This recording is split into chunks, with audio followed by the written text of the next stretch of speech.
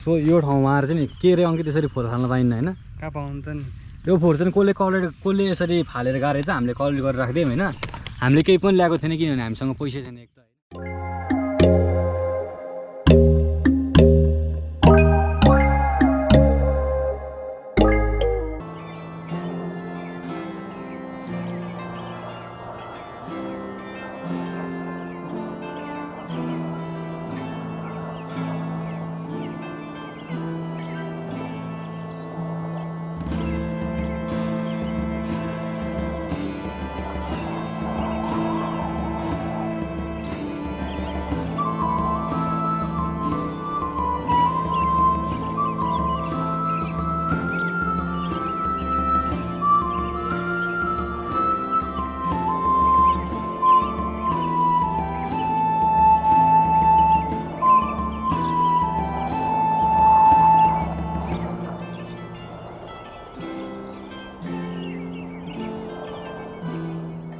So hello everyone, this is me Ashish and welcome back to my another new episode.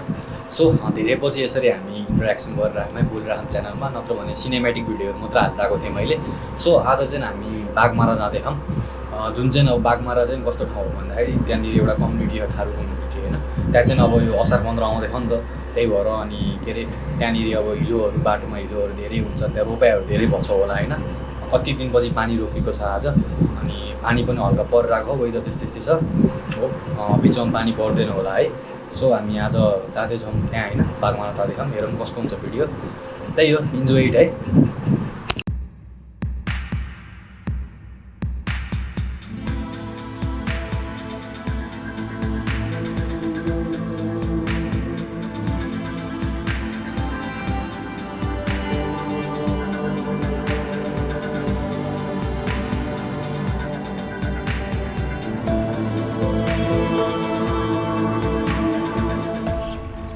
कस्तो दामी के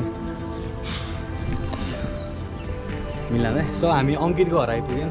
हामी आज मेन मोटिभ के थियो भन्दा आजको भ्लगको मैले अघि नै भने बाघमारा आएर बाघमाराको पछाडिपट्टिको थारू गाउँमा अहिले जुन यो रोपाइ चलिरहेको नि त त्यसकै माहौल खिच्न आएको हो। सो त्यही भएर अङ्कितलाई मैले आज अङ्कितको घरबाट नि खिचाउँ न त भन्ने कुरा चाहिँ माथिबाट ड्रोन उडाउनु लाग्यो पहिला। के छ त अङ्कित, कस्तो यो ठाउँको बारेमा भनिदिनु न। गर्मीको बेला चितवन बस्दा कतिको मजा आउँछ यो ठाउँमा, कति मजा आइरहेको। हामी बजारतिर हामी अलिकति हाइवेतिर भएर यस्तो गर्मी हुन थाल्यो कि चितवन है। ल त्यो ड्रोन उडाउनु त भाइ।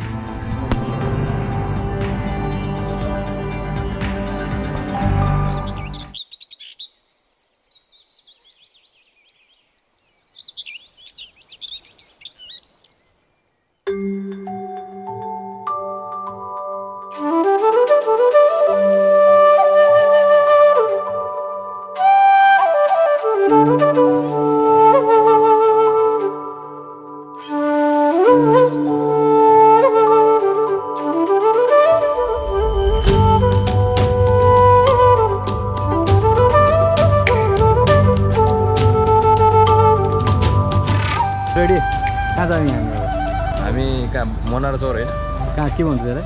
मनारा चौर भन्दो रहेछ, तर हामीले जापानिज आइल्यान्ड भनेर चिनिरहेको थियो अहिलेसम्म। नयाँ नाम होइन मनोज रेडी थियो अब स्कुटीमा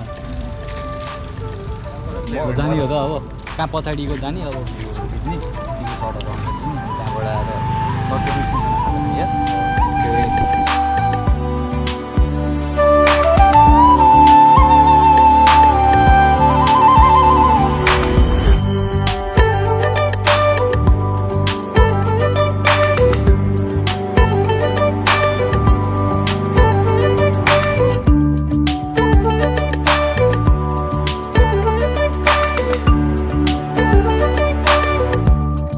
हामी यहाँ मनारा आइपुग्यौँ होइन। अङ्कित पनि हुन्छ, अरू पनि हुन्छ।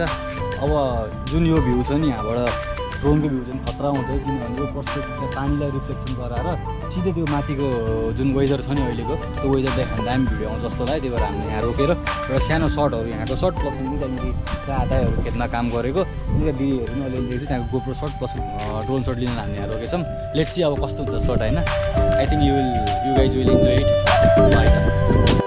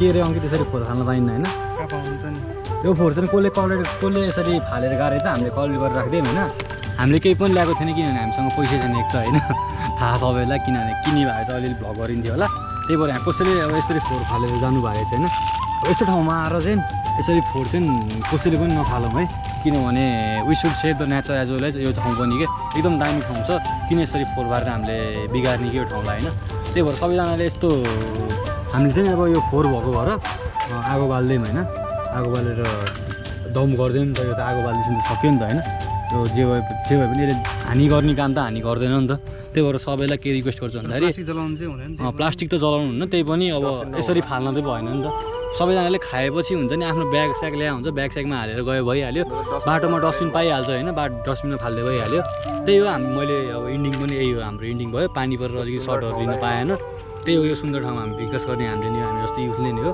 त्यो सबैलाई रिक्वेस्ट के भन्दाखेरि त यहाँ मात्र होइन अन्त ट्रेकिङ जाँदाखेरि अन्त घुम्न जाँदाखेरि अब पोखरातिरको लेक साइडतिर जाँदाखेरि नारायणतिरै त नि